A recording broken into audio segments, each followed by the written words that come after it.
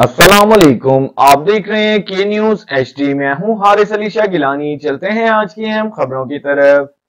खबर शामिल करते हैं साहिवाल से, जहां से रिपोर्ट कर रहे हैं हमारे नुमाइंदे मोहम्मद इफ्तिखार। साहिवाल टीचिंग हस्पताल कैंटीन ठेकेदारों ने बेहिसी लापरवाही की दास्तान रकम कर दी। मुलाजिम का अपनी तनख्वाह मांगने पर मुख्तार उर्फ मौला पर तशद्दुद, जिसकी वजह से फौरन उसके बाद इसको हार्ट अटैक आ गया।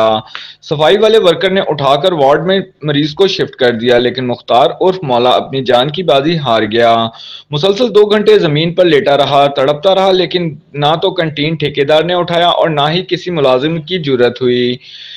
मुख्तार उर्फ मौला की जान की बाजी हार चुका था। खबर सुनते ही घर वालों पर कोहराम मच गया। मुख्तार उर्फ मौला मेहनत मजदूरी करने के लिए कैंटीन मुलाजमत करता था और खानेवाल का रिहायशी था। बीवी और 3 बेटियों का वाहिद कफील था। दुनिया को छोड़कर खालिक हकीकी से जा मिला। मुद्दईया अलैह ने बच्चों के मामू को 1.5 लाख रुपए देकर मामला दबाने की कोशिश की जा रही है। चूंकि साहिवाल टीचिंग हस्पताल इंतजामिया का ठेकेदार बहुत चहेता और इसे खुली बदमाशी की इजाजत दी हुई है।